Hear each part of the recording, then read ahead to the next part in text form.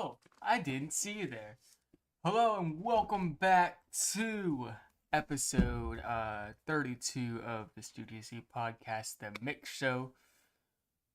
We are back again. Yes, what's good? What's great? It's your boy Phil. And it looks like we are doing this duo again. Yep, it's looking that way, but hey, show must go on. Always, always. Alright. So first things first, you said you wanted to do sports first? Yeah, we can knock out sports first. Alright. Or start off with sports.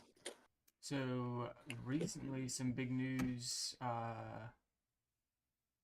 in the NFL area came out. I'm gonna wait for Mount Rushmore, because I know we normally do that first, but I'll give KB a couple minutes, just in case he's running late.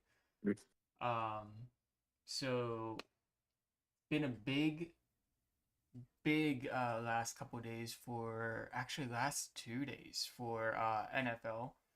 Um, Schedules came out this past yesterday actually. So you want to go over Falcon's schedule? Yeah, let's do it. Let me get it pulled up on my end real quick as well. And just to be clear, we are not going to do our predictions until uh after preseason. So in between preseason and regular season, that's when we'll do our predictions. We'll go take a segment, take 30 so minutes, and go team by team, week by week, and go from there. Yes. Why am I? Oh, hold on. I just typed in. My bad. I have some technical. Not even technical. Just my errors. I typed in the wrong thing. Okay. All right, here we go. 2024 schedule.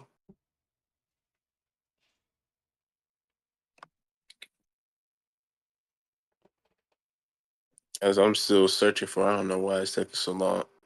I've heard a lot of people said they feel like we have the easiest schedule, in the NFL. Like you said, of course, we're not doing predictions right now, but to, am going to look and see if I feel like we do. So Actually, we got I actually week. think Oh, go ahead. the NFL ranked them, and I think the Falcons had one of the harder schedules. I think I Okay. saw that somewhere. But sorry to cut you off. I just wanted to Yeah. throw that little bit in. Oh no, no, no, no. You all good. But this is my first time. Of course, I've seen that we played the Steelers week one. I saw that on the Falcons Instagram, Steelers Instagram, our group chat. So that's what I knew. But looking at Steelers week one, like I said, no predictions yet. We already have a little friendly wager on that game. Yeah. That's gonna be exciting. September 8th, start off the season. Philadelphia week two. This is Philadelphia. Had to move. Philly at Philadelphia.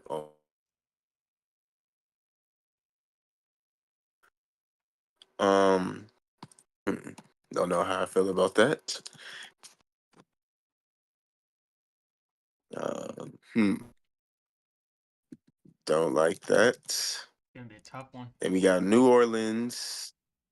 Yeah. And then New Orleans at home. Week four, Tampa Bay at home. Week five, got Carolina week six, Seattle week seven at home. Then we go to Tampa week eight. We got Dallas week nine. Got New Orleans week 10. Got Denver, Chargers, Vikings, Raiders, Giants, Commanders. Okay, towards the end of the schedule, of course, in the season, no telling what's going to happen. It's a surprise. It's part of the NFL, but just off of preseason, just looking at it, the towards the end of the schedule, I think it starts to fall off. At the beginning, we got some big time games though. I mean, always had that respect for Pittsburgh. Don't know what they're going to look like this year. Philadelphia had a great offseason. Kansas City. Um, that's really it. Those first three games are going to be tough. After that, it's just really a bunch of divisional games. We got Dallas later on. Chargers could be interesting. Raiders could be interesting. Like Vikings. A lot of toss up games. But yeah, I think we maybe have one of the hardest starts of a schedule.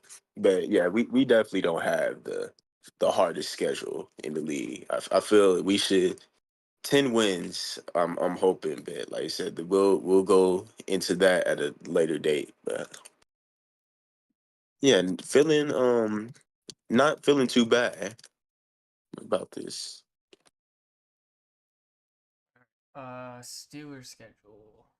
So, preseason we got Texans, Steelers at Pittsburgh, Bills, Steelers at Pittsburgh, and then I think it's Lions, Steelers our last one, and it's in Detroit. So that's gonna be fun. Even though preseason really doesn't matter, uh, I always say it's fake football.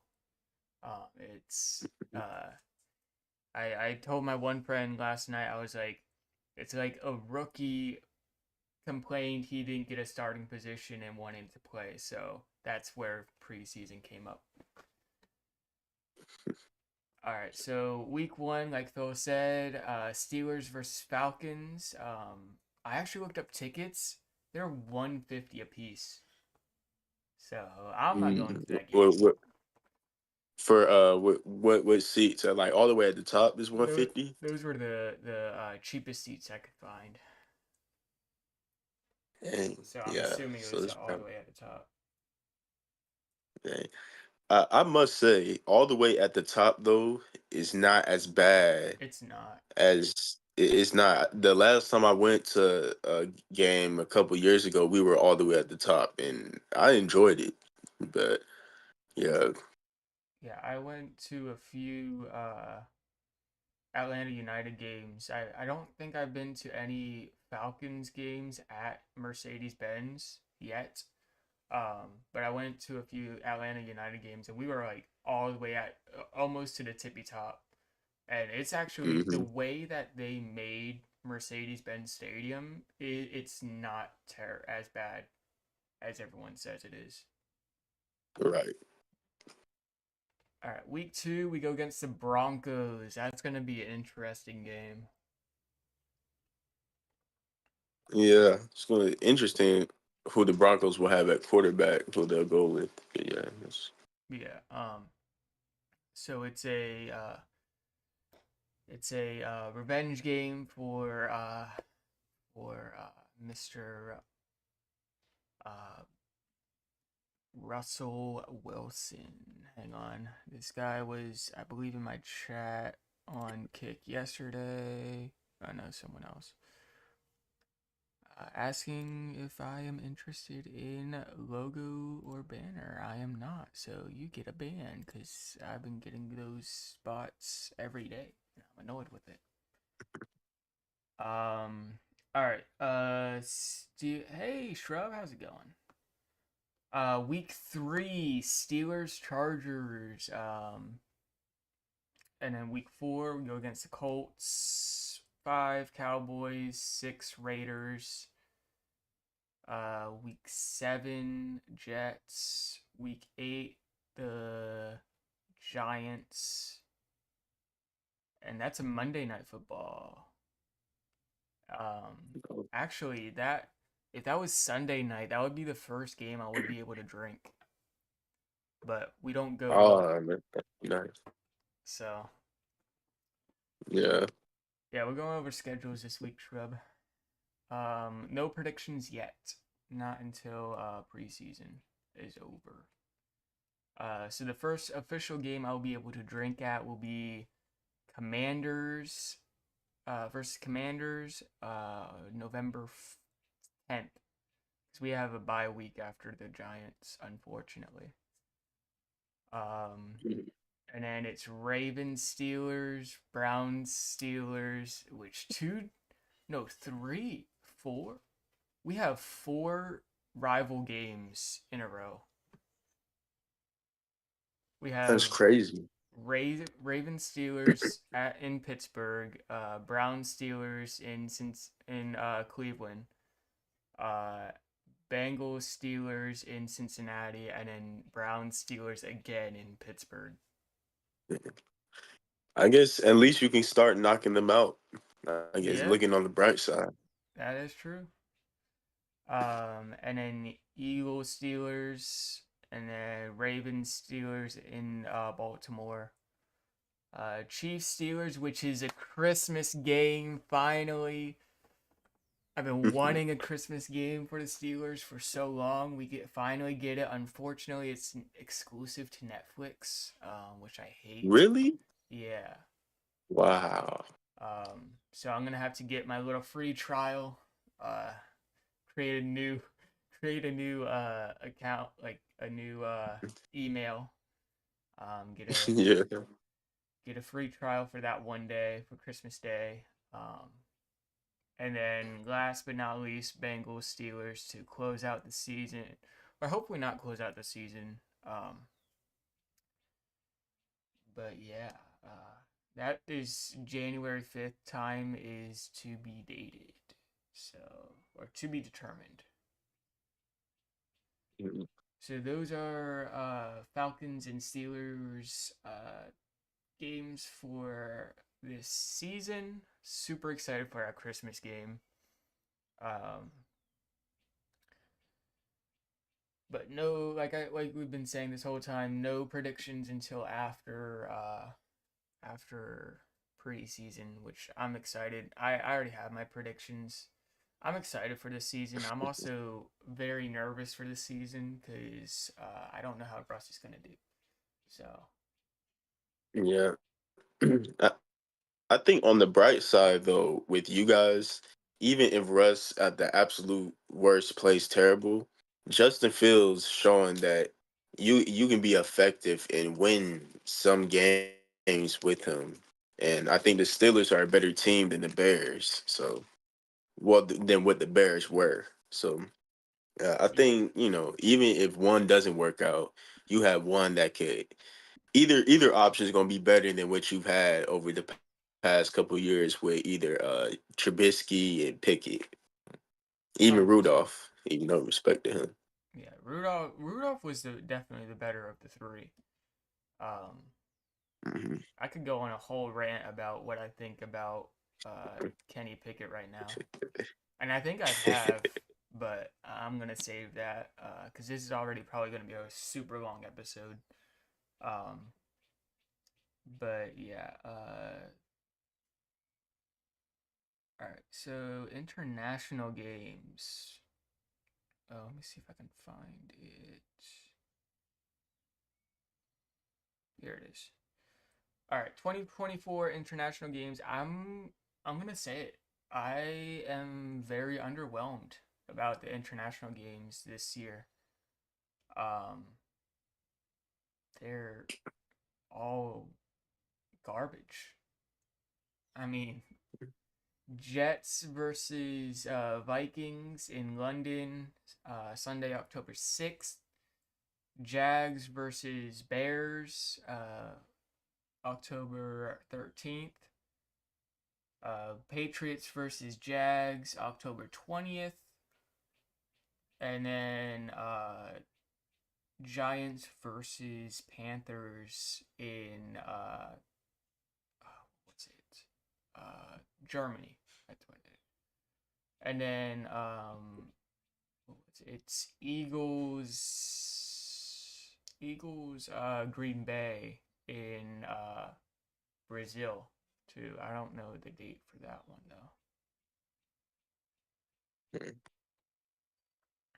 First, I will say it is really cool for the NFL to be doing international games because I know they've had games. Obviously, they have the London games, but I think before there's been a game in Mexico. There's been a game in, I believe, another place. But this is the first time where I know U.S. said Brazil and a few other places. This is the first time from my memory that they're doing like all around the globe kind of international games.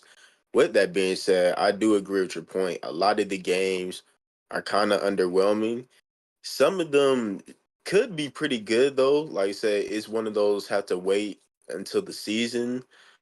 The Bears and Jaguars was one of those where I think it'll be exciting to see rookie Caleb Williams play. Jaguars is really dependent on how Trevor Lawrence performs this year, whether that game would be good or not.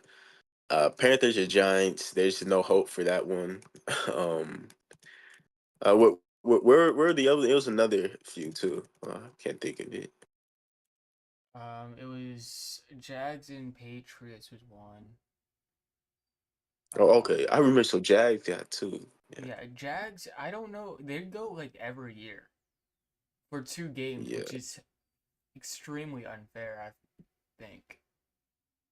Like if you're yeah. gonna That give is. them two games, at least like have it spread out. Like, cause I know you guys, you played them last year, and then they played the Bills immediately after, so they just stayed in London, Yeah, and then to I don't know. That's interesting. and then they went. I believe it was the Bills they played next, and they're all jet lagged because they have to come like a week. They have like a week disadvantage. Yeah. Yeah, definitely the Jags playing twice is not fair and really unneeded. Like I said, that Giants and Patriots game is definitely not needed either. I understand that's kind of a cool throwback or rivalry, but it's not needed. I think in replace for those games, I think of 49ers, Chiefs, right, not even those matches, beginning those teams there, the 49ers, the Chiefs, the Ravens, let's get some of those the teams that everybody generally likes to watch. Let's get those for our international games and not these games that should be played on 1 o'clock on Sunday. But yeah, but hopefully they'll be good. Like I said, some of them sound like they can have potential if things go right. Yeah, I mean, yeah, I can see them going well. But I definitely I'm gonna do one prediction for the Jags Patriots. I have a feeling Patriots are gonna get blown out. They're at such a disadvantage with that game.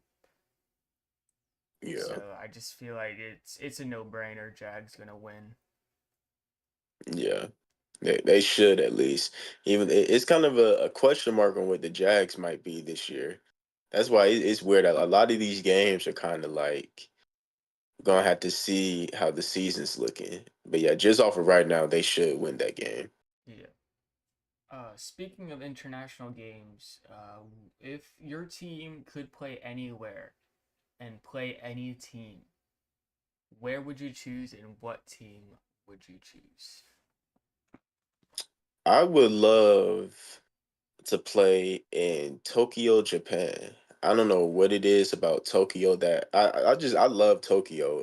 Little backstory, really the main reason why I do. A Ben 10 game on the Wii. Shout out to the legendary system. I think it was Ultimate Alliance, the game it was. But anyway, it was a mission in Tokyo, and it was just amazing. And I was hooked on Tokyo ever since. I just love Tokyo, the technology, how it looks. It looks like kind of reminds me of a Times Square, but the whole city is Times Square almost. I think that would be a really cool place to play. And who else better to play than the Saints, Falcons Saints in Tokyo? I think I would love to see that happen. NFL, make it happen. Yes, and give me credit for the idea. At Uh, least free tickets. yeah, free tickets. Include plus three in there. Yes. All right, so I would choose Ireland. Um, Okay. because Steelers, they're sponsored by Ireland. They have Pittsburgh has big roots from Ireland and Italy too. Italy's probably would be my second choice, but first choice is Ireland. I have roots from Ireland. A lot of my family is still in Ireland actually. Hmm. I'd actually love to go be in Ireland at one point. Go to Ireland at one point. That's what's up. And who taking a book off of Phil? Who better to play than the Browns? Division rivals, huge rivals, and it would be great to say the Steelers kicked the Browns' butt both on American soil and off American soil. So That would be. Yeah, and the thing that I love about your choice, your first choice, and then your second, where Ireland and then even Italy, those sound something more realistic that they would actually do, like could actually be a possibility. Because I know like Tokyo, that's on out there, but I could definitely realistically see them doing Ireland or Italy. yeah, it's definitely something that could happen within the next 10 years, Yeah. especially uh, with the Steelers being sponsored by them and everything. Um, I wouldn't put Tokyo out too much. I don't know how many football fans are over there, but they possibly could if they get approval and stuff like that. Um, I feel like they would build a great stadium over in Tokyo. Yeah, yeah. Real quick, quick comment. I see the way my eyes are looking, guys. I'm just tired, a little tired. I don't want any other other theories of what it may be because I get that a lot sometimes. But nah, it was just been not even a long week, but I don't know, just one of those days where you're randomly a little sleepy. But that's it, just nothing else. All right. You want to do Mount Rushmore now? Yeah, Since yeah. Go ahead and do it. I think that's the last subject we have on the sports show. Yeah. All right. So for this week's sports Mount Rushmore, we have our top female athlete or woman athletes.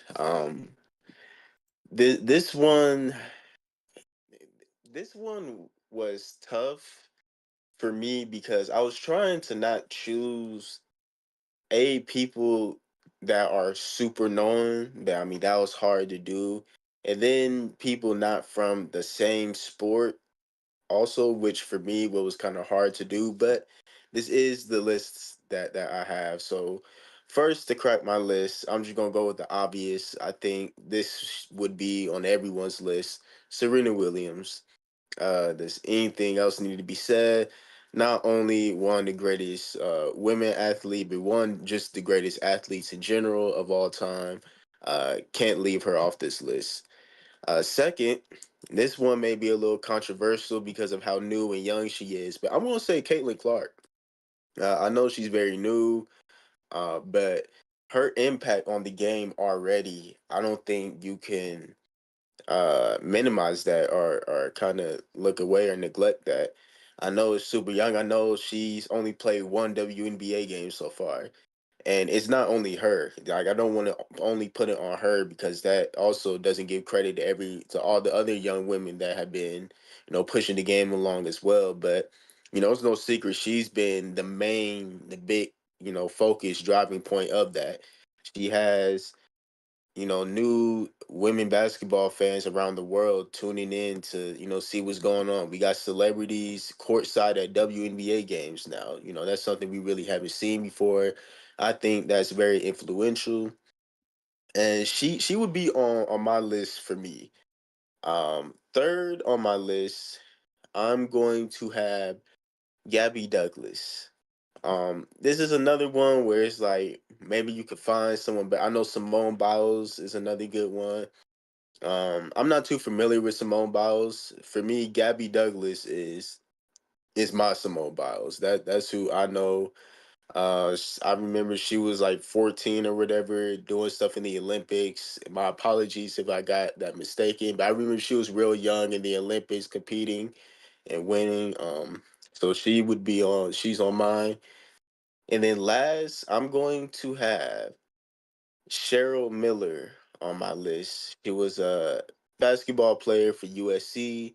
She's really regarded as the best woman basketball player ever. I believe she dropped over 100 points in high school. She was amazing at USC, Olympic team, gold medalist. She unfortunately got injured, so she didn't get to continue her career, but one of the best to ever do it, influential, well known. So that would be my list. I got Serena Williams, Caitlin Clark, Gabby Douglas, and Cheryl Miller. All right. So for my list, I also have Serena Williams Yeah. up there. I have Simone Biles, uh, Net Net Nelly Corda. Sorry if I pronounced that name wrong. She is actually one of the best female golfers. Okay. So I have her up there, and then I also have Caitlin Clark up there. Okay. Cool. Yeah, that's definitely not. I like that. Um, I was trying to. I just not too familiar with golf still, but I knew there had to be one out there. But I like that pick. So I guess we're ready to make the final. Yep. Yep. So So I think 100% Serena Williams. 100%. yes.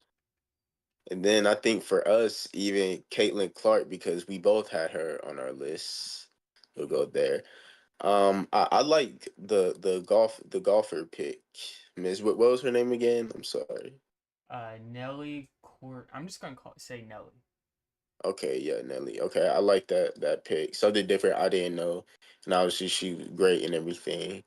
And I would put Simone Biles on there because I'm not sure who's accomplished more or when it comes to that, but I feel popular opinion most people would put Simone Biles over Gabby Douglas or say Simone Biles. So I'm cool with having her on the final list. All right, that was easy. Yeah. Yep. All right. So let's.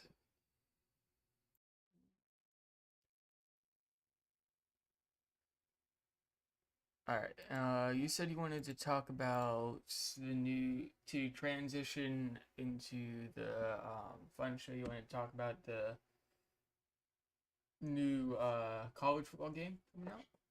Yes. So transition into the fun show while also having a last bit of sports involved. College Football 25, the new college football game that's coming out, has just revealed their covers, their standard edition and their deluxe edition. First, this is huge news for anyone who doesn't know. The last college football game came out in 2013.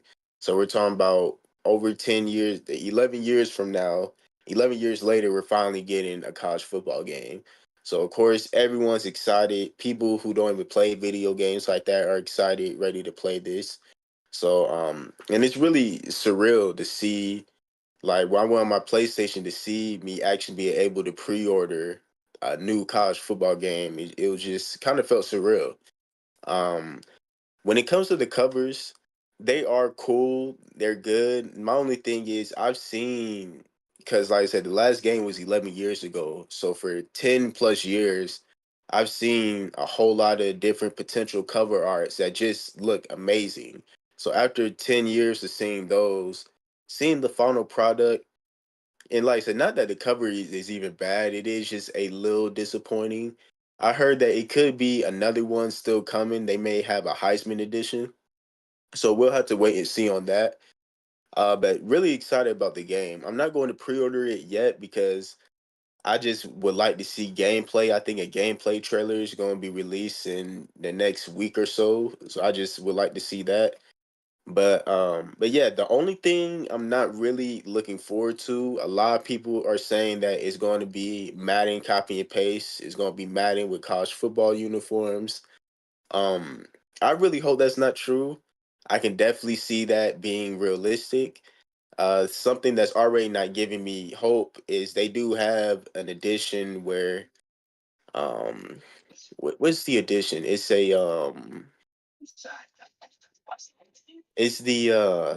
it's whatever edition, but it's $150 and it comes with Madden 25 and College Football 25.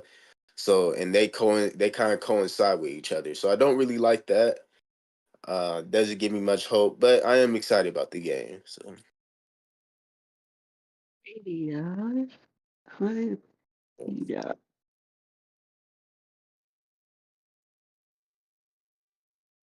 yeah. Okay. But yeah, I mean, I'm sort of excited. I'll probably buy it whenever it gets on a discount. I'm not too into sports games, and I heard it's also not coming out on PC. So I if it's on Game Pass, I'll probably pick it up. Uh, but probably not gonna pre-order it. Yeah. I Yeah, already like pre-ordered more.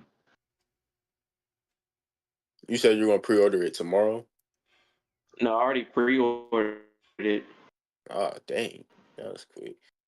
Yeah, I was telling barbecue. I'm going pre-order probably either way, but I gotta see some gameplay first before I put my money into it. Yeah, I pre-ordered it months ago. So, The college football, I think they just. I mean, I may be wrong, but I think they just gave the option to pre-order today or yesterday when they announced the covers. Because last week I yeah, looked at. Okay, that's through the system. I did it through GameStop. okay. Yeah, yeah. I mean, I just want to play it just to see how it is. I never played a college football game before, so yeah. Oh, really? Dang. Yeah, I was think the last one was what you call it NCAA 14, which was 11 years ago now. It's crazy. Going into the fun show. We are going back into Mount Rushmore. Might as well do Mount Rushmore now that it's fresh and in our mind. I have a schedule, but might as well just do it now. All right, this Mount Rushmore is music collaborators. It's artists who normally collaborate with each other that made really great songs. And Phil or KV, who wants to go first? You can start us off, KV. So so it's a Mount Rushmore of people that did good collabs. Yeah. Yeah. Okay. I'm probably gonna take it back a little bit because they did have the genre on lock at one point when T Pain and Lil Wayne collabed. I'll put them up there. I like the what's another collab I like? I like the I'm trying to think because I already that's two right there. I'm trying to think.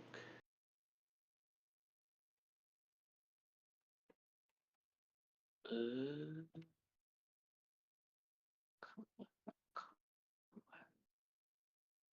oh, I like the Lil Durk and Lil Baby collab. Yeah, I'll put them up there. Those are my last two. Okay. I think you got two more. So for your collabs you had T Pain and Lil Wayne. That's a duo. Then you had Lil Baby and Lil Durk, and that's two. So you got two more. Okay. Oh, I like the collab song. I know that they're probably not gonna make it to the end, but I like the collab when the Kid Leroy and Lil Tecca that song. Yeah, I like that collab too. Okay. Yeah.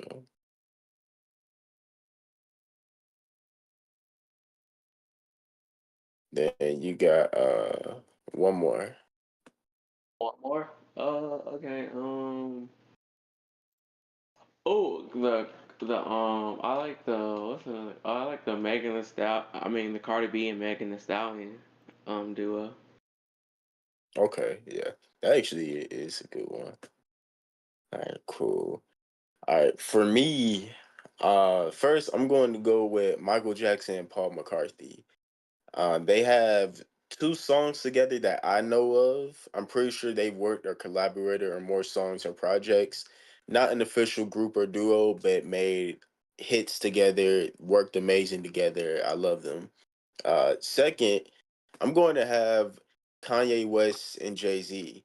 They have a whole collab album together. They make great music together. Not an official group, but I just love Kanye and Jay Z together. Next, I'm going to have Future and Metro Boomin.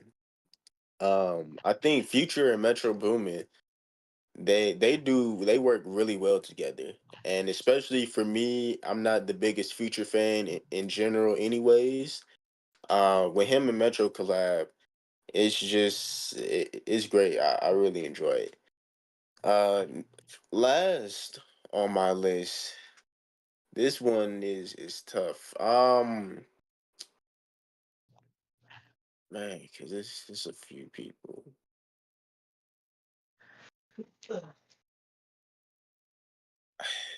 I'm gonna say, man, I'm gonna say Drake and 21 Savage. I wanted to try and get other genres or whatever. Drake and 21 Savage, they do really well together as well. Surprisingly, I really like them together.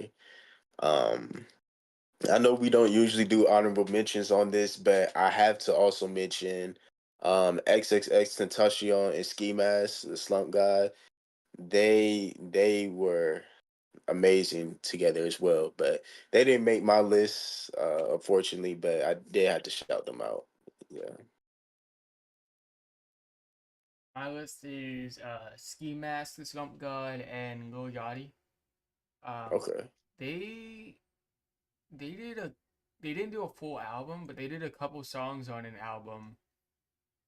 I think a couple years ago, which was really good. Uh, Next up is Juice WRLD and Marshmello. Uh, Okay. Marshmello isn't as popular as it once was, but they made some really good songs together, especially on uh, what was Legends Never Die. They made a couple songs on that album. Come and Go is one of them, and that's probably it wasn't one of my favorites at first, but it's grown to be one of my favorites now. Um, Hmm. so there's that, and then Juice and the Kid the Roy. Um, they made some pretty good songs, and then my final one, which they aren't really well known, uh, or one of them isn't, but they collabed together on one album that came out like a year ago. Tyler the Creator and Tizo Touchdown. Ooh. Okay. People know who they are. They might not know as Joe Touchdown that much, but I know who they are. Yeah. Yeah. Yeah, That's I actually saw okay. Tizo Touchdown open for Tyler the Creator whenever my brother and I went. So that was very fun. He makes some great music. Oh, I'm sorry. Go ahead, barbecue. I just thought of something, but you can finish. But yeah, I wouldn't even say he's really up and coming anymore. He's kind of almost at his peak at this point. Um, but yeah, he's a relatively new artist. Um, I think he has one official studio album. So yeah, Yeah, I am replacing my future in Metro Boomin with Tyler the Creator and Charlie Wilson. I forgot about that. When Tyler and the Creator and Charlie Wilson get together, Tyler is also an amazing producer. The way he can get Charlie's background vocals and to mix it with stuff, like when they collab, it's amazing. So I forgot about that. Um, might have to play. It's a lot. Yeah, yeah. I'm gonna go. I'm gonna go with them on my list though. And replace The Future and only Metro. thing The only thing I will say about Metro Boomin that I'm really liking is BBL Drizzy, bro. BBL Drizzy is a classic. It really is. I can't even lie. It is. Cause it like, cause like if you hear the original song, you're like, wow, like it's a great sample. Like if like it could be a even better song than what it is. I know it's supposed to be like a joke or a diss, but like if you hear the original song, if y'all want to listen to it, it's like wow, like you will hear how similar they are. bro. And what's crazy about the original song is that it's AI. Like it's not even like a 70s art. It's an AI thing, which is that's Yeah, crazy how AI is taking over. But yeah. yeah. But so final list. I have to say we're not leaving the podcast if Michael Jackson and Paul McCarthy don't get on here. Yeah, I We mean, gotta have I we gotta totally have agree. Paul McCarthy has some good work alone, so definitely, I think he belongs on there. Michael Jackson, I feel like he automatically gets on there. yeah. Second, I really like the T Pain and Lil Wayne pick.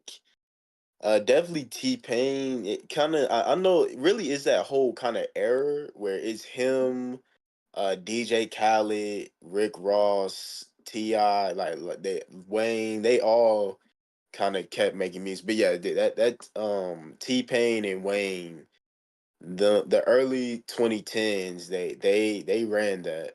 I really like that pick. But what do you guys think?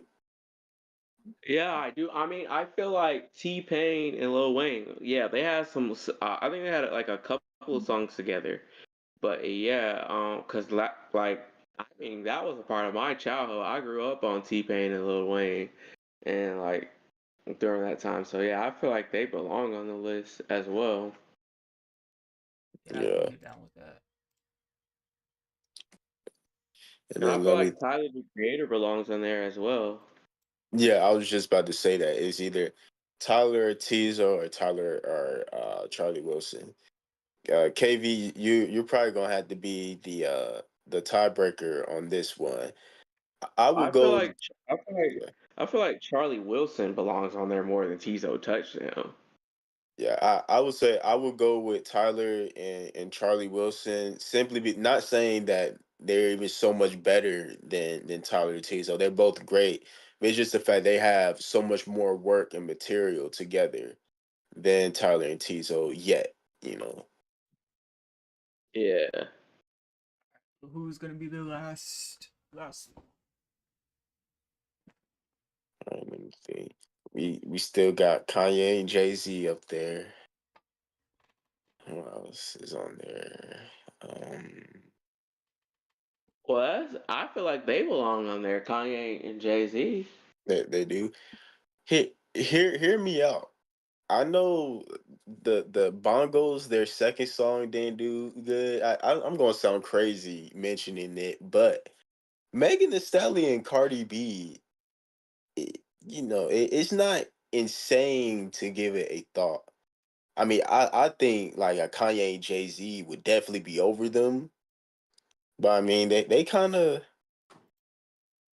they kind of be nice when they collab. Maybe it's other reasons than music too, but it's kind of they have a nice collaboration. But yeah, I mean, I feel like Kanye and Jay Z just because of like they took over eras during their time. So I feel like they should be on there because they took over eras versus Cardi B and Megan Thee Stallion. They haven't really taken over eras. They've had hits, but they haven't taken over eras. yeah, I definitely Because agree. because if you think about this list we just named, everyone on this list is from a different era. Michael Jackson is from his own era. Paul McCarthy is from the same era, but he's more into like a rock kind of pop feel. So yeah, he had his era. Who else? Tyler the Creator. He came didn't he come out with Ski Mask and all of them during that time period? Uh, Around uh, that time? Yeah. Around that So time. they both come from each of the artists that are already on here come from an era that they took over or brought in a new sound. yeah.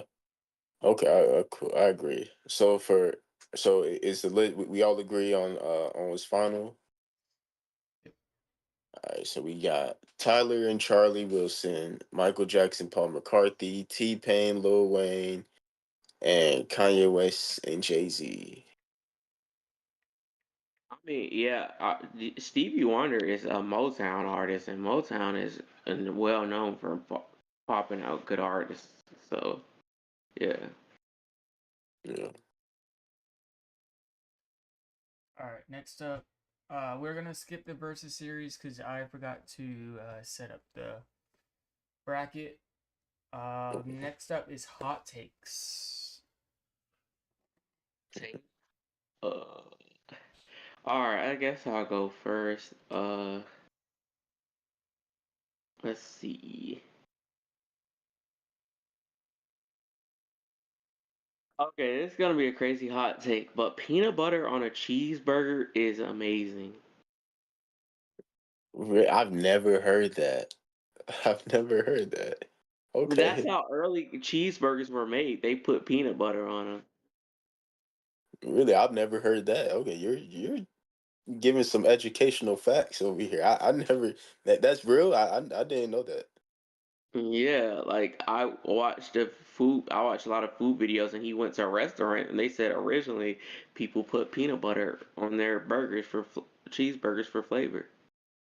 Mhm. I mean, I'm not Yeah. opposed to trying it, but that's a Of course you're not barbecue. Look at the stuff you eat. Mustard on a PB&J, like of course you're not. hey, don't knock it till you try it. That's my philosophy. Yeah. I honestly wouldn't be against trying it either. I would just have to do it where I'm alone because I wouldn't feel like getting judged or being asked, what am I doing? I would have to be at the house alone.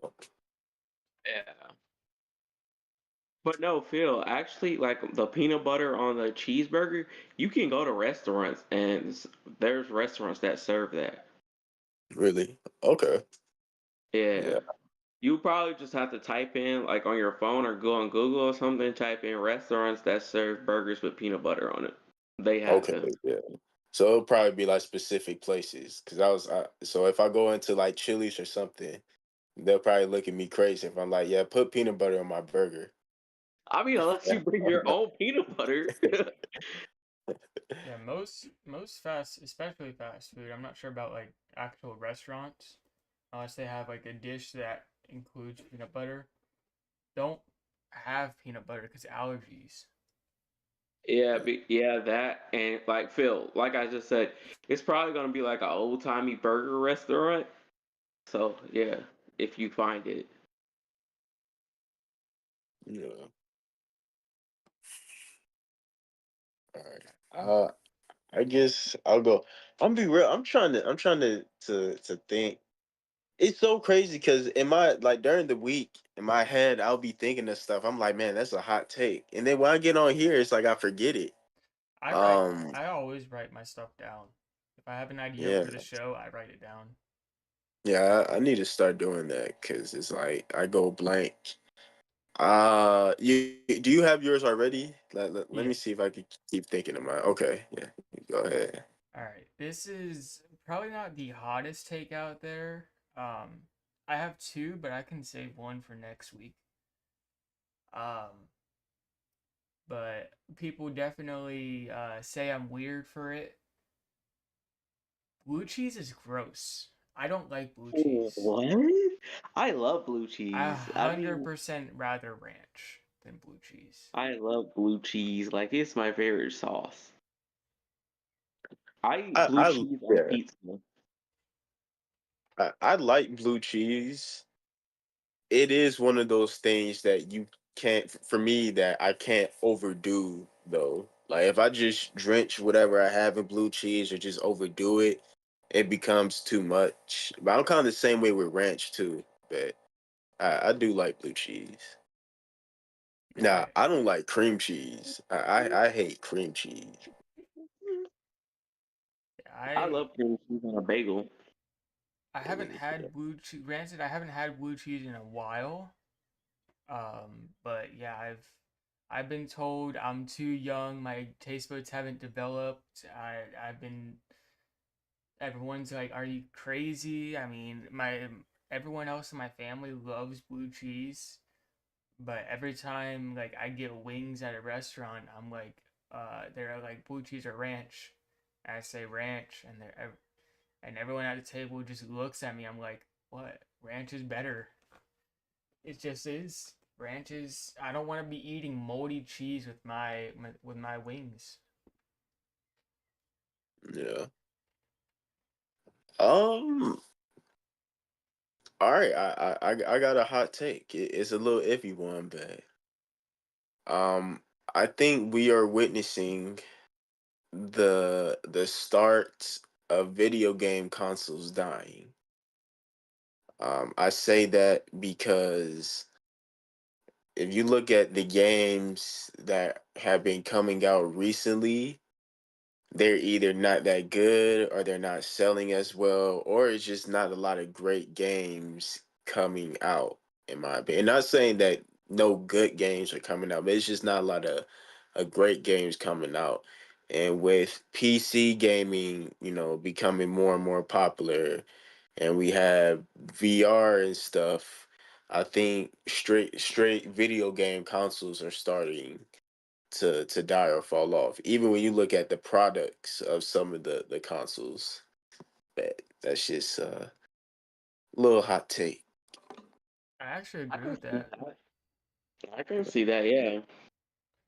I mean, Yeah, the only games that, to be honest, on console that I'm looking forward to are the new Assassin's Creed game, the college football game. That's about it. yeah.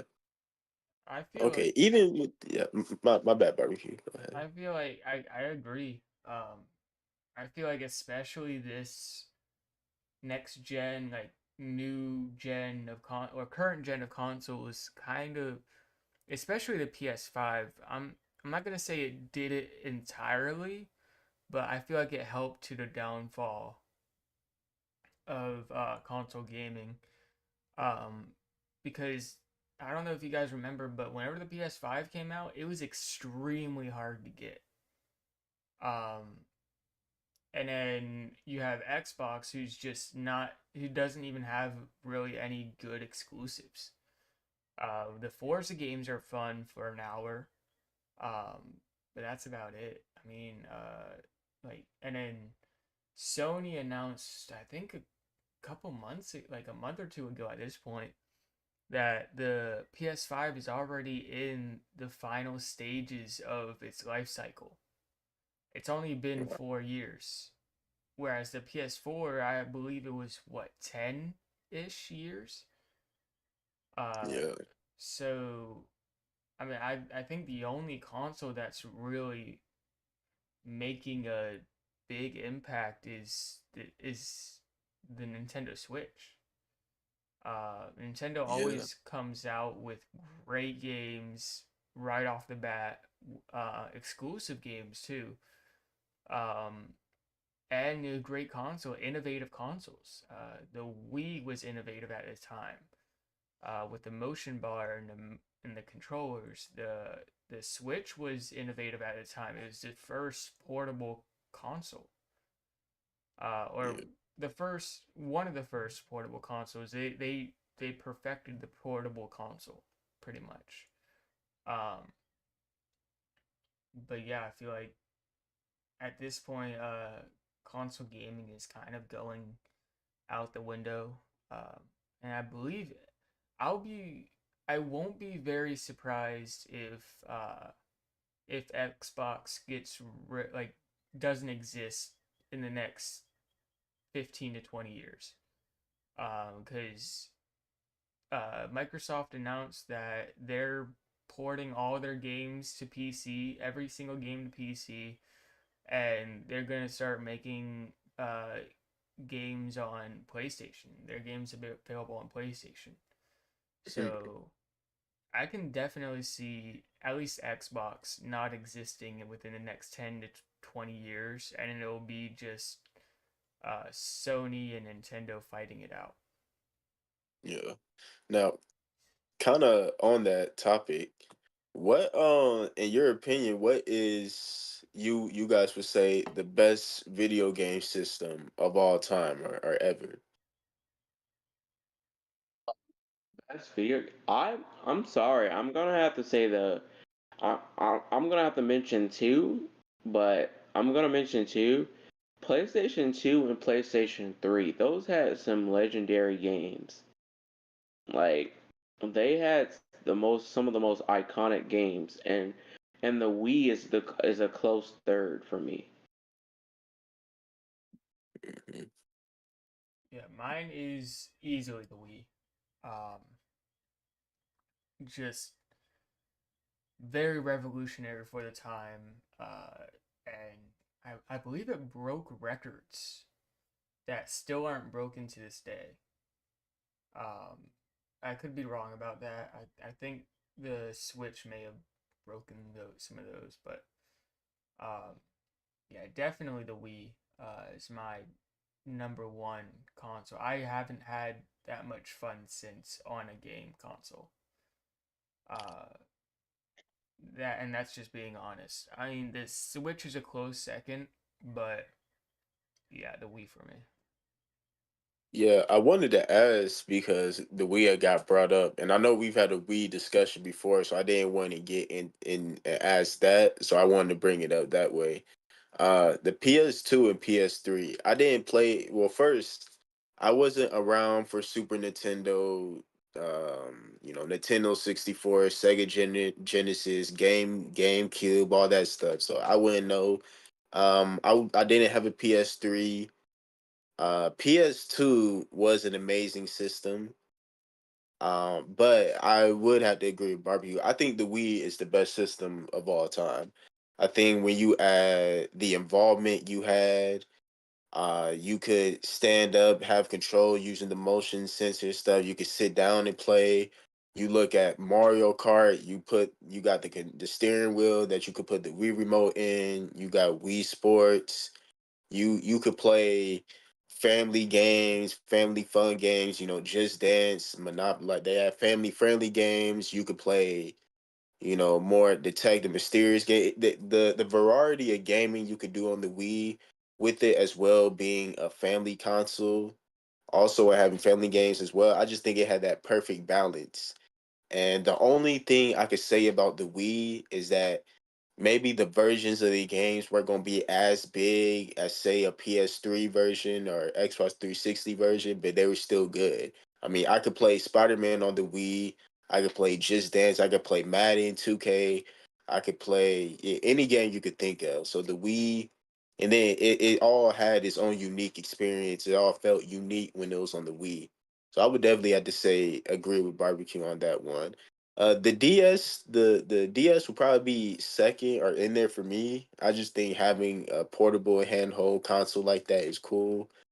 Um, I don't know that or the PSP. I don't know, but yeah, I think the Wii is definitely I would say the best as well.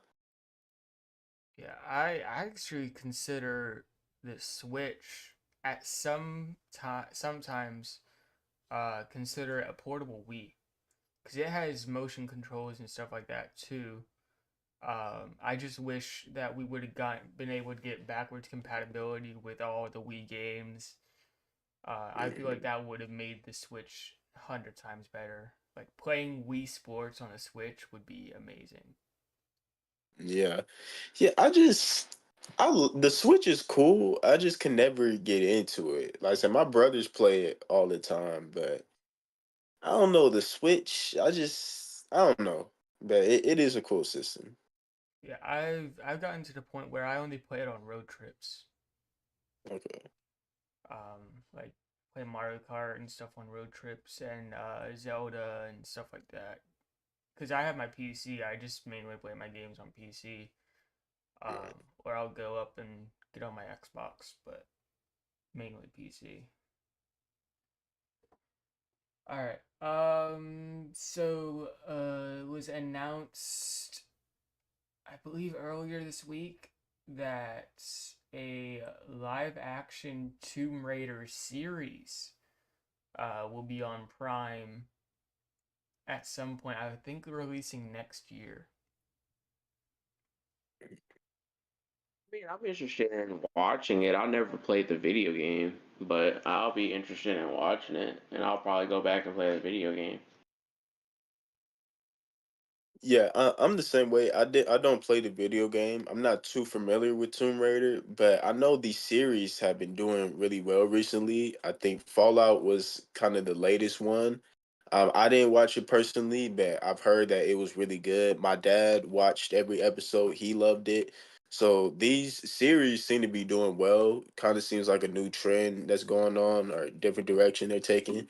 But yeah, I think I have no reason to see why I wouldn't do well, and I think it's a good idea. Yeah, I'm kind of the same way. I never played any of the games, but yeah, don't see how it could fail. Unless they do terrible, but do it terribly. Um, but I do think the timing's a little weird. I think they should have released it like right around the time that the latest Indiana Jones came out. I feel like that would have been perfect timing because everyone's right off the hype from Indiana Jones, and then they're going into this, which is Indiana Jones esque, which I'm assuming. Um, but yeah, definitely interesting. Mm. One question that I just thought of. I think we already answered this. Um, would you guys like to actually no? We didn't answer this. Would you guys like to see a live action? Uh, oh, what's it called? It's a zombie game. Resident Evil series. They made movies, so I wouldn't be opposed to a series. All honesty, Resident Evil is one of those things. It needs a series at this point to help you keep up with everything. Because what is it like? 9 games almost. Like I don't think it's that much, but it might be. It's a lot of. I know it's over 6. I think it's 7 maybe. It's a lot of games, so they kind of need a series to help you see what's going on with the timeline and keep in touch with things. Cause so yeah, yeah, I actually would, and I'll probably watch it too, especially if it starts off with the two original characters and works his way. I would love that actually. Yeah, I would too. I feel like if they were gonna do it, they would have to do it right around the time one of the Walking Dead shows is at least one of the seasons is coming to a close. I feel like the hype from Walking Dead and then going into that, which is another zombie series, I feel like would do really, really well. Yeah, Or even when like after season, like a season of The Last of Us, I feel like that would do really well after like a season of Last of Us. yeah. Speaking of live actions, why do you guys think that Prime is just now coming out with all these live action video game adaptations? Like we got like Phil said, Fallout. We got Halo on Prime, and now we got Tomb Raider. Yeah. I think they're trying to capitalize on the um, whole thing of putting a video game into a TV series because the first time I ever seen Halo was on Paramount Plus. So yeah, Yeah, I can't really give an exact answer on why I think they're doing it. Especially going with the video game adaptation of the shows, but it's definitely working. It seems to be a nice trend, and it makes sense. You know, getting video games that people that have in-depth storylines to begin with, that people are interested in, that people love, and making it into a TV series. I think it's a great idea. How Amazon keeps making these or being over these, I'm not sure either. But it is a great idea and it makes a lot of sense. And I think we're going to keep seeing more and more of them. Only thing is, I don't want to get to a point where it kind of gets overblown and becomes too much. I'm surprised something like Uncharted may be next. I know they had the movie with Tom Holland. I didn't really like that, but Uncharted, that could be something that's next. Um, what's another good video game series I can't really think of, but it's a few that could be next. But yeah. Alright. So Disney recently announced a whole bunch of shows and stuff like that releasing. One that piqued my interest because I thought this was lost. I thought it was canceled. Ironheart is officially releasing next year, 2025. I have been waiting for Ironheart. I'm like you. I was really excited about it. Like kind of monthly, I look up, what's going on with Ironheart, what's going on with it, because I'm a fan of the actress that's playing her, and ever since the the last Wakanda movie, ever since she made an appearance in that movie, which I was not a fan of her appearance at all. I hated her suit or whatever. But anyway, ever since then, she's been ghost. You've heard nothing about her. You haven't seen her. So, and then I know the series that was supposed to come out. I want to say it was originally supposed to come out in, maybe I'm overdoing it. I think 2022, definitely 2023, it was supposed to be out. Where 2024, I heard nothing, and now we're talking about 2025. So I am glad that they're coming out with it. I'm glad that it's still alive and still, going to happen. I do have questions of what happened, why the delays, was it the writer's block we had going on? Was it, I don't know. I would love to know what it was, but I am definitely excited that we are still getting that.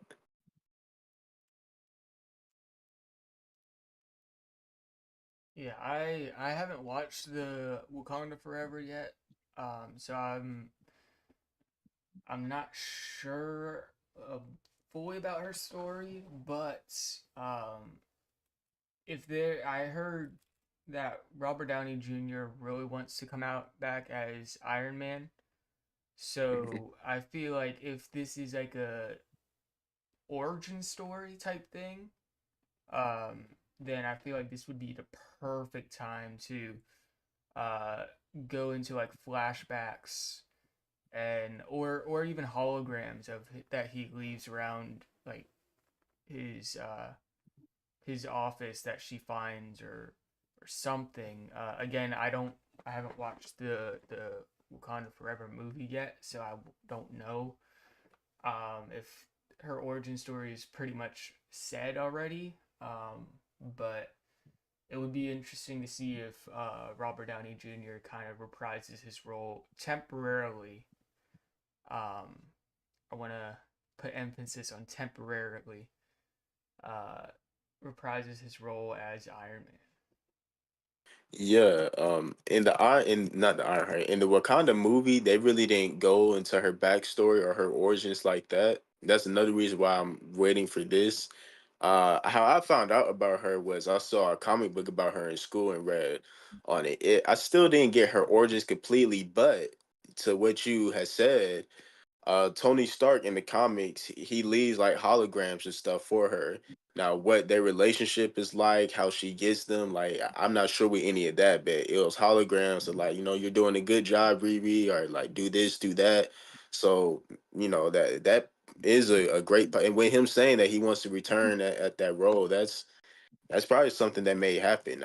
Maybe that could be the delay with it. I don't know. But yeah, it's definitely very interesting to see where they're taking it. 'Cause I think most people, I just, want to find out and learn about her character.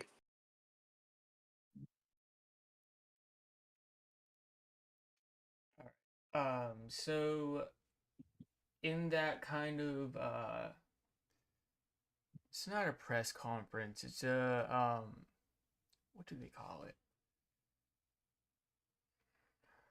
I can't remember what you call it, but in that show where they announced all those other shows coming out. Um, they also announced a new division of Marvel Studios that they are working on and have been working on.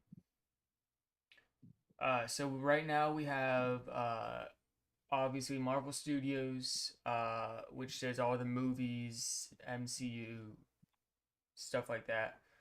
We have Marvel Animation, which does all the animated X Men and stuff like that.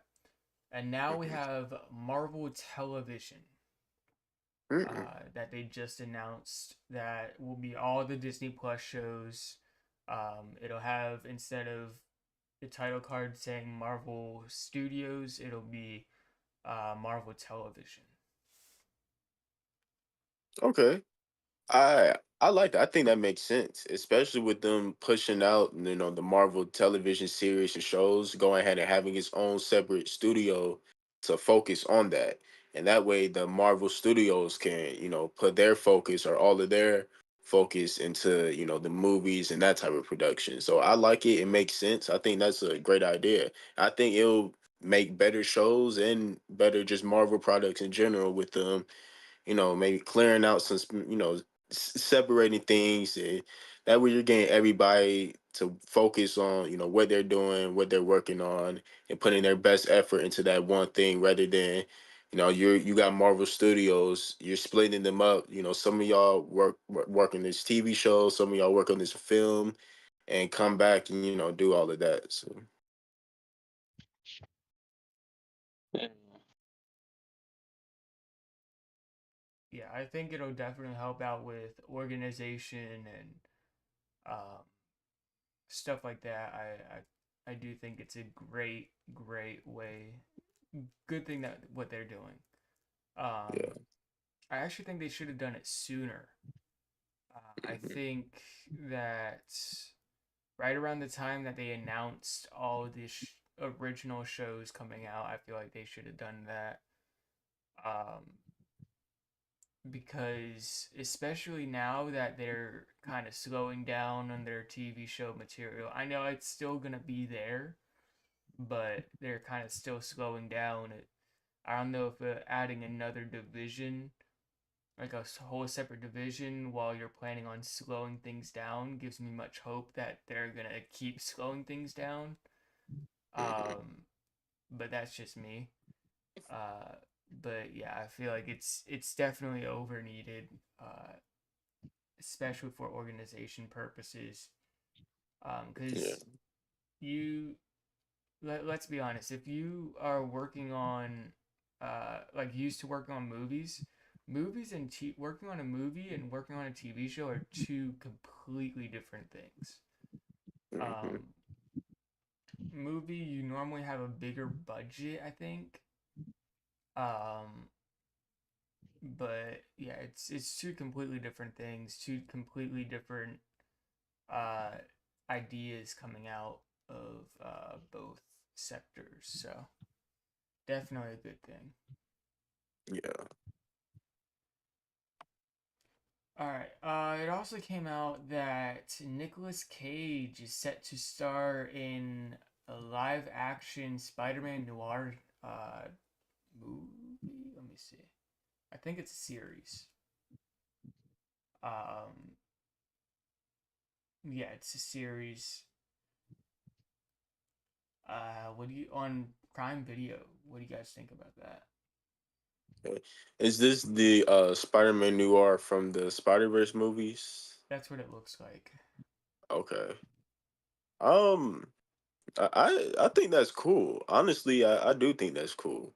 It's one of those characters where I don't necessarily have to have a whole movie about, but yeah, having a TV series about him would be cool. And then it's Spider-Man, but in a different spin. We don't get too much content on the Spider-Man Noir. I don't even think it's a Peter. It probably is a Peter Parker. I'm not sure, but something different, a whole different world, aspect, atmosphere, and And his character is cool in the movies, but Spider-Man Noir in the Shattered Dimension and Web of Shadow games are awesome. So I think getting a TV series kind of set in that universe, I think that would be really cool. And Nicolas Cage, he does a great job of voicing him in the movie. So I think that would be great. I'm actually gonna check that out. Yeah, I'll definitely watch it. I am a fan of Spider-Man, so I'll definitely watch it. I feel like there haven't really been any good Spider-Man series, so I'm excited to see how it looks. Yeah. Yeah, I still have no word. I don't think there's any word on the um, Spider-Man show that's supposed to give out Tom Holland's Spider-Man origin story. I know that was I can't. I think it's Spider-Man freshman year. Yeah, Um, that's another one. Yeah. yeah, I once I heard it was animated, I was like, I'm iffy about that one. But I would still like to know like a time frame for that. But yeah, that's what else do we have? All right, so it was announced this week the name for the new Assassin's Creed game. Yeah. I believe it's Assassin's Creed Shadows. It's set Yep. in Japan, and you can play as two playable characters. One of them is supposed to be the first black uh, samurai. Yep. So Yeah. I don't know if I really want to get into that game series. So I don't know if I'll play this right off rip. But it'll definitely be in my area in my mind. I'm gonna play it just because this is about one of the first black samurai. To be honest with you, you wouldn't even think there would be a black samurai in Japan, especially in that era of Japan. So, yeah, I just want to play and see like how that is. Yeah, so crazy enough, I had just saw this, I think yesterday or the day before. I saw it recently, and I think I've said it on here before. Assassin's Creed is one of my favorite video game series ever. I love the series. It has taken a huge fall off. And when I first saw this, I wasn't a fan of it because I was like, okay, cool, a Black Samurai, that would be an awesome game. But why does it have to be in the Assassin's Creed title? Because a samurai is not an assassin in the games. Say, in Assassin's Creed, you're a part of the Assassin Brotherhood. They wear the hoodies, the hidden blades, and they're assassins. They're not samurais, they're not Vikings, Egyptian warriors, like how some of the other games have been. So that's kind of been my issue with it. But that's why you also kind of be quiet and take in information because I did see it was two characters on the cover. I didn't know what it was for. And barbecue, you just said that you can be two playable characters. And from the looks of it on the cover, you got the Black Samurai's one playable character. And then you got someone who looks like your traditional classic Assassin's Creed assassin. So from the looks of it, it looks like, hey, if you want to kind of get a samurai experience, kind of your non-traditional Assassin's Creed experience, you can play as a black samurai. That would be cool. Or if you're Assassin's Creed old head or used to the original or just want that traditional assassin, then you can play as this character. So if it is like that, how it seems to be, I do think that's awesome. I think that's the first time. It's not the first time you get two playable characters, but that's the first time in that you can kind of have your assassin and then you can have your samurai. I think that would be cool. So with that being said, I'm looking forward to it now and I may check it out. That way, I can play best of both worlds. But I think that's really cool. Yeah. Yeah, what I will say about the first Black Samurai, I have researched him and stuff. he technically is a soldier for hire. He's not really a samurai. Like if there's a war, he's like one of those soldiers that if you can't win the battle, you go and get him. Like he's kind of like a Goliath. You went and got him. It's like he's like your best soldier. So he was in like different armies and fought for different like kings and stuff. And so he was more of a like a soldier for hire than anything. Yeah. And he was a real person too, right? I don't know if like this Yeah, specific game, but yeah, he was a real okay.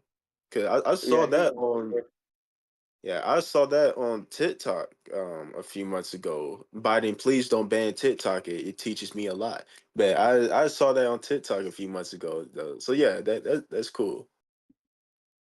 Yeah, yeah, he's a real person. He just like though his story. If you go back and listen to his story, he just somehow washed up in Japan. Like he wasn't a slave or anything. He just washed up in Japan. Yeah. Yeah, unfortunately, those are where the great things come to an end. Before I get into this, Phil, you are right. You're correct. Um, so you can either play two different styles, either as a go in, run, fight, uh, going loud samurai, or stealthy, sneaky uh, assassin. Okay, that's cool. So yeah, like I said, unfortunately, that's where the good things end. It is they are putting quests on behind a paywall, which if you remember, that's where a bunch of people got really really mad about the new Star Wars game coming out, where they put quests behind a paywall. So you have to pre-order the game to have access to those quests, which is very, very unfortunate. Dang, so it's like a thing you have to basically pay for the quests or the missions. Yep. That's why console gaming is about to die. I mean that's terrible. Like what are we getting to? I have to pay for missions now. Like okay. Dang. Yeah, that is the end of the good news. That really tears it down for me. I don't know if I'm going to get it anymore. Yeah, you had to pre-order $70. I don't know if you whenever it comes out, if you also get it, but it says pre-order bonus. So it says pre-order now, get Assassin's Creed Shadows bonus quest thrown to the dogs. And that's for any of the editions, whether it's standard, gold, or ultimate. Which these prices are insane. Standard is 70, which is normal price at now. Um, Gold is 110, which yeah, that's terrible. And ultimate is 130. So yeah, not looking good so far with them having bonus quests behind a paywall. Um, I feel like I feel like this is the beginning of the end of Ubisoft. Um, I feel like they're doing this for two games that I know of now. Because they're also the developers of Star Wars Outlaws, which is coming out end of this year. Um, but yeah, this is the beginning of the end. I feel like because I feel like they're doing this now because they know they can get away with it. A lot of people are upset, but a lot of people I feel like will still buy it pre-order. Um, so I mean, I'm not pre-ordering it if I'm gonna get bonus stuff behind a paywall. Um, Whether it will be available to purchase also after for like $10, I don't know. Um, I'm assuming not. But if you're gonna do something like that, do it like not a pre-order bonus. Do it as a normal, like standard edition. You get something more than just the base game. Yeah, they. I can't believe they're doing that. That's really what gaming is coming to now. But yeah, I mean, I if you're gonna do something like that, do it like you said, more than just the base game. But there's just it's a lot of things they need to change. 'Cause like you said, the the different additions and special editions in gaming isn't even the same anymore. Where I felt like if when 10 years ago, if you were paying $100 for a gold edition, you were really paying for some extra features and stuff. Where now, I mean, I don't, it's yeah, Yeah, now I mean, yeah, I don't feel like, especially for the 130, it's not $130 of worth of content. You get the base game, which is 70, and then the pre-order bonus, which is just 70, and then you get a season pass, which what costs $10. So that's only $80. 3 days of early access, and then an ultimate pack, which is cool and everything, but it's only cosmetic things. So mm, I feel like it's not $130 worth of content. right. It's not. It's Yeah, not. they need to. I feel like after the film industry crashes, I feel like the gaming industry might be next. Um, Yeah, it's looking that way. because I feel like actually the film industry kind of already crashed this past year with uh the whole everything that happened. But yeah, I feel like gaming industry is definitely next to crash. Um, because the developers are fine with it. It's the consumers who aren't, and at some point, the consumers are going to stop buying it. And you know what they say: hit them where it hurts. Stop buying their content. Stop pre-ordering because they do it because they know they can get away with it. Mhm. So no lawyers from Ubisoft or any other company come after us. This is our opinions. But yeah, that's Assassin's Creed Shadows. All right. Next, this was announced today, I believe. So it's been a while since we got a Friday the 13th movie or game or anything to do with that. Because apparently they've been in a huge legal battle. Um, and it was announced either today or a couple of days ago that that legal battle is finally done.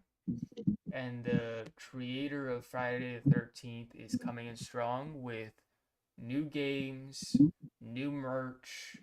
Unfortunately, not a new movie, but I believe there's going to be a TV show.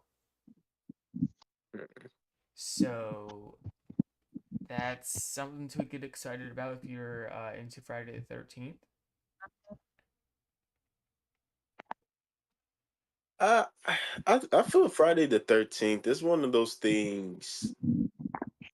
It's probably just time to let it go.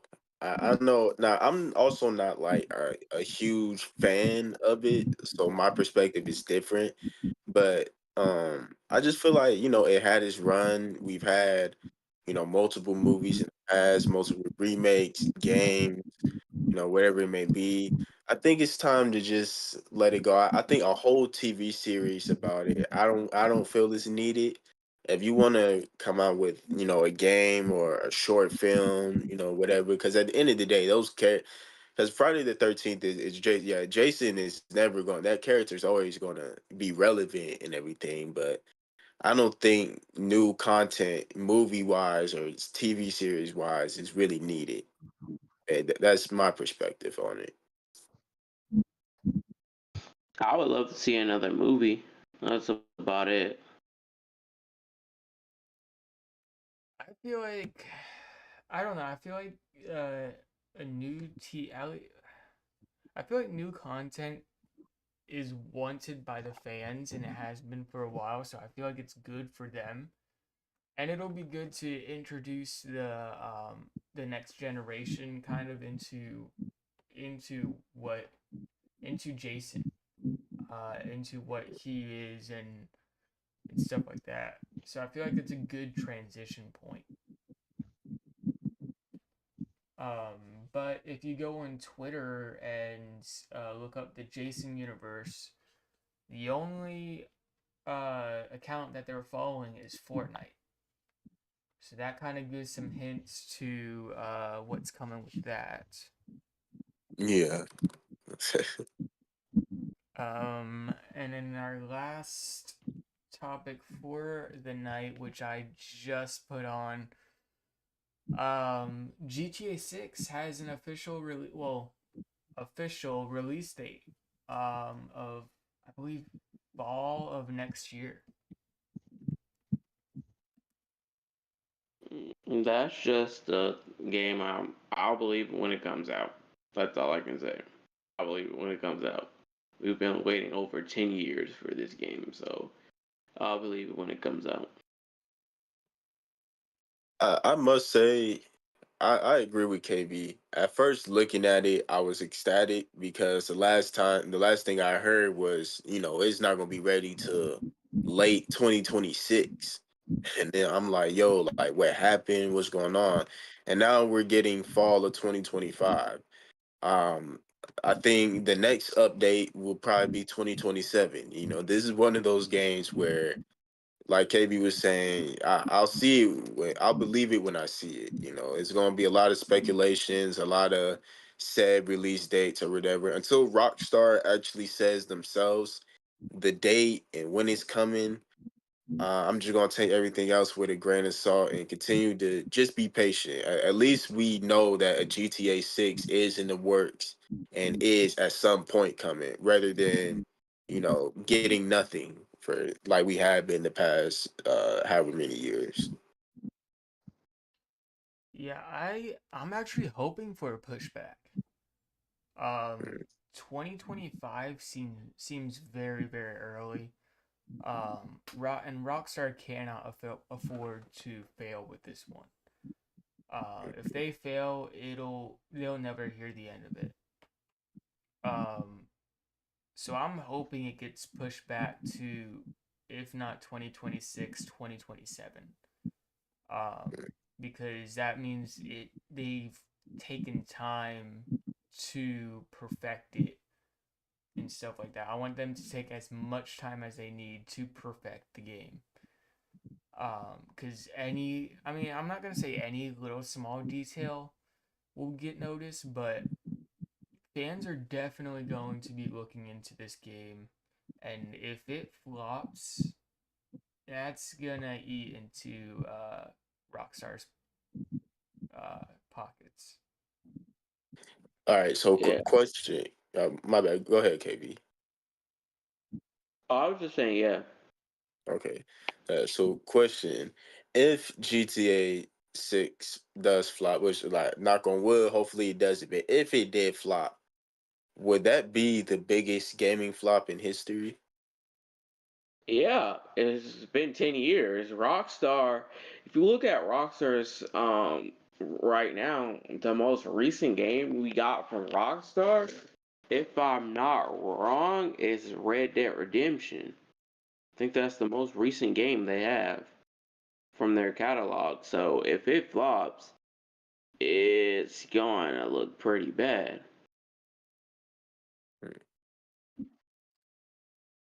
I say if not the biggest flop in gaming, it's gonna definitely be up there. I know Yeah. Cyberpunk was huge because people were waiting 10 years for that game too.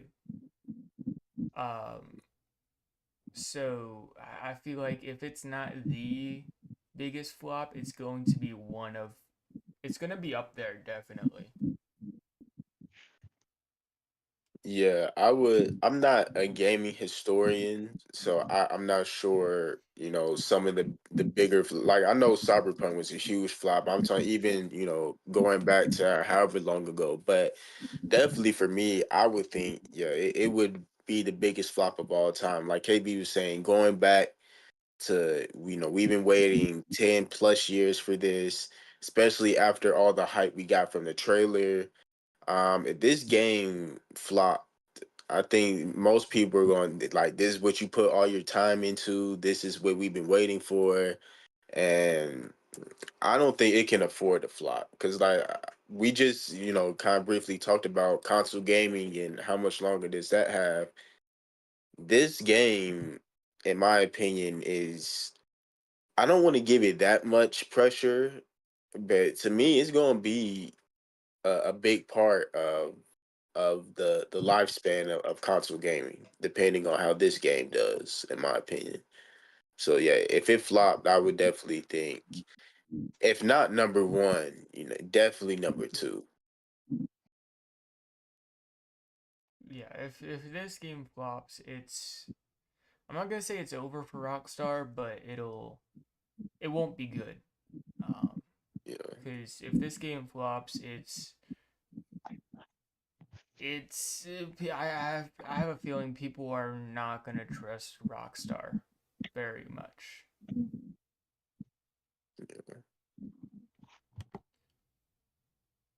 But I believe that's it. So tomorrow I will be live for to play some more of The Walking Dead. Because I won't be able to this Saturday. So we're doing Horde Night tomorrow, and then I will see you guys next week. yeah.